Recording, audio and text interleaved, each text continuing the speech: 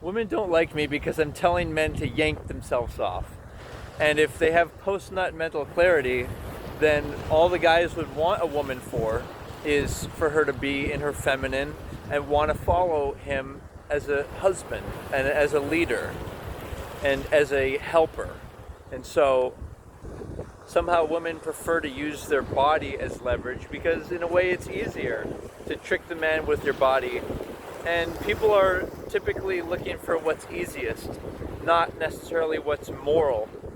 People, women especially, are into seeking comfort, like getting money from the government, rather than doing the hard work of being a eligible bachelorette, being an eligible, viable potential wife.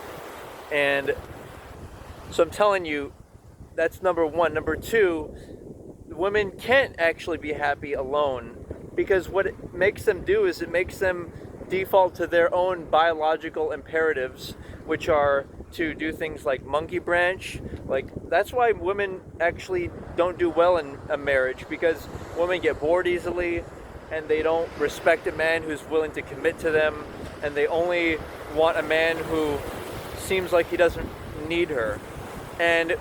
But you can replicate that dynamic by actually being a masculine leader husband and only wanting a woman if she's willing to submit to you and trust you to be the masculine.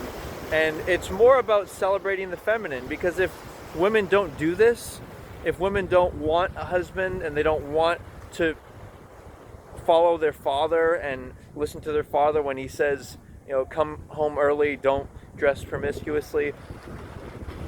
Women, when they do stuff like that, they're saying that they want to be a man, and that the definition of success for a woman is being masculine. But obviously it's being feminine. And the way to be feminine, which is more courageous, is to find men who are willing to protect you, brothers, fathers, pastors, good men. And by the way, what does a good man mean? It simply means a man who's not going to seek premarital intimacy, who's not going to try to seduce a woman unless he first gives his commitment to her. And women think it's objectifying women when I say this, but it's really that they have to get married and follow their man. But it's really celebrating the woman, celebrating femininity, and celebrating the idea of that the woman shouldn't have to work for other people, that she should be able to work for the family and work for the same interests and shared values of her husband and promote those, reflect those.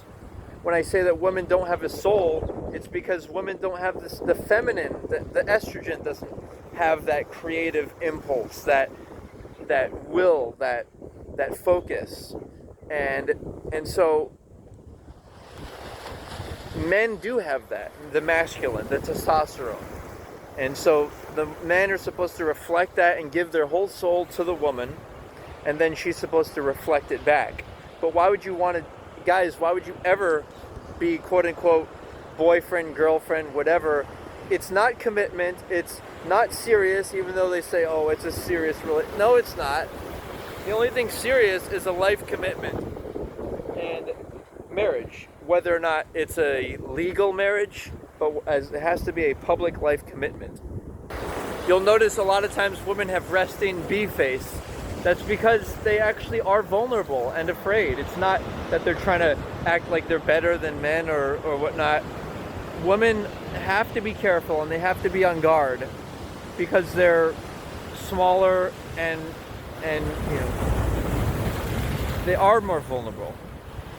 And as far as happiness goes, like now a lot of men have resting bee face as well. It's because they are ashamed of what they're doing. They're manipulating women for premarital intimacy. They're engaged in fake, half-hearted relationships. That alone is vague. Boyfriend and girlfriend, half-hearted, fiance. So it sounds queer. It's like, why would you as a man ever want to be a boyfriend or any of this? You should only want to be a husband leader and only want a woman who's willing to go along with you and let you be in your masculine. And women will say that they'll say I'm insecure, they'll say that I'm incel, small d energy, and guess what? Even if I had no D, I would still be more masculine and have that soul that a woman doesn't. So it doesn't even, it's like it doesn't matter. And the other thing that doesn't matter is the actual act of physical intimacy, intercourse. That has to do with the man wanting to get off, and it's like worshiping pleasure. People say they worship woman's flower, but they don't. They're actually worshiping the pleasure of intercourse, and that's why men, the first thing they see when they think when they see a woman is, oh, I want a oral intimacy from her. But guess what? The real man, the masculine, and also not wanting to force the woman, and because women not always can have certain intimacy during marriage, even if they're married. So, but women always are generally receptive to oral intimacy, and so that's the best way to express that masculine giving and the masculine.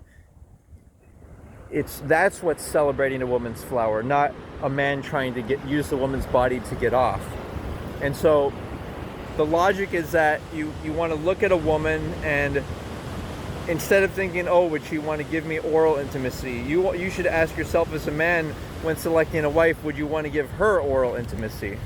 And this has to do with a lot of things, like if she looks hygienic, if she has a skin tone that you like. So to conclude, women can't be happy unless they are honoring their feminine and also wanting to work diligently, similar to how people have worked in the past. And some of the quote-unquote poorest societies have the happiest people around. And so you want to think about how you can be a feminine woman and wife, and not try to separate these two energies, these polarities. These are roles. The roles of boyfriend and girlfriend they're ambiguous. They're not really legitimate roles. And so, but the roles and the polarity of the masculine husband and the feminine wife are very clear. And so work on figuring out how those are. And that will be the path to happiness. Not trying to separate the masculine and feminine, not trying to separate men and women, because nature created us to be able to work together and complement each other. And it may sound insulting when I say women are not as smart or strong as men, but or rational, but that's what makes women special. That's the allure. That's why I want a woman, because I want to protect and provide for someone, and I want to engage in the entire human experience rather than trying to pretend that it's not who we are.